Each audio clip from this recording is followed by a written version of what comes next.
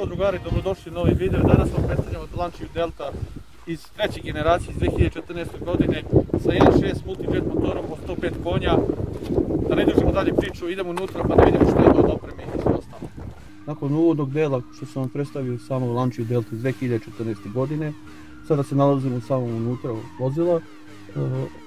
Oprema je što se tiče volana, kožnog volan, multifunkcionalni, ima multimediju ogromnu sa 5 inča ekrana, od samog MP3 Bluetooth za telefon, pokazivanje potrošnje same vozila do navigacije koja se nalazi u njemu, iGo navigacija sa novim mapama. Što se tiče klime, ima digitalnu dvodnostnu klimu, 600 stepeni menjač sa dodatnim AUX-om i USB priključcima. Ima 4 podizača stakala i u samom prozoru staklu nalazi se senzor za kišu. Od dodatnih ladica za flaše i čaše ima samo uglavnom za čaše. U vratima može jedna pristojna flaša da stane. Što se tiče sedišta nisu od kože, ali su veoma kvalitetnog materijala štopa. Pa da probamo da vozimo sad, da vidimo kako ide. Evo idemo jednu sad test vožnju.